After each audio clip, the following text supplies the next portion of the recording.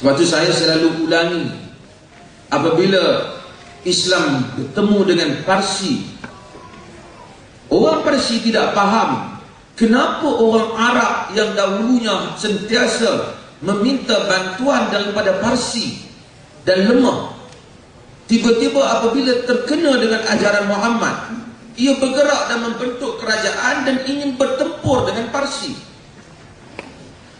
Pada pemikiran orang Parsi, barangkali orang Arab menghadapi krisis makanan ataupun dia sudah tidak cukup bekalan.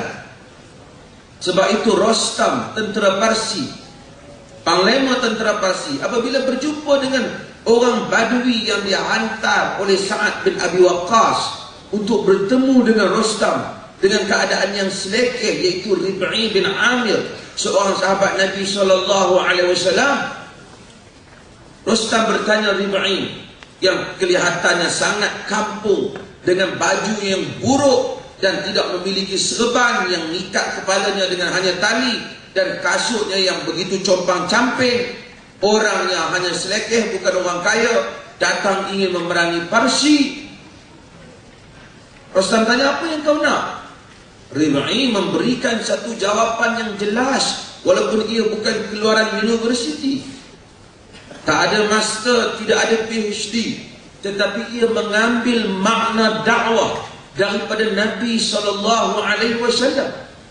Rib'i simpulkan kesemua tujuan kedatangan Islam menghadapi kerajaan-kerajaan dengan suatu lafaz yang jelas. Kata Rib'i, ibta'athana linukhrija man syaa min ibadatil ibad ila ibadatillah wahdah, min jawril adyan ila adlil Islam, wa min dhiqid dunya ila si'atid dunya wal akhirah.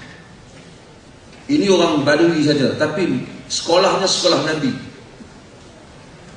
Jawapannya lebih tepat daripada penceramah-penceramah TV, forum perdana, mufti dan seumpamanya.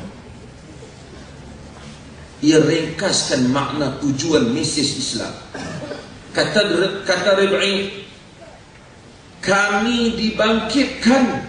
Yang lain dia kata, Allahu ba'athana, Allah yang menghantar kami. Bukan Umar yang hantar kami, bukan kerajaan kami yang hantar kami.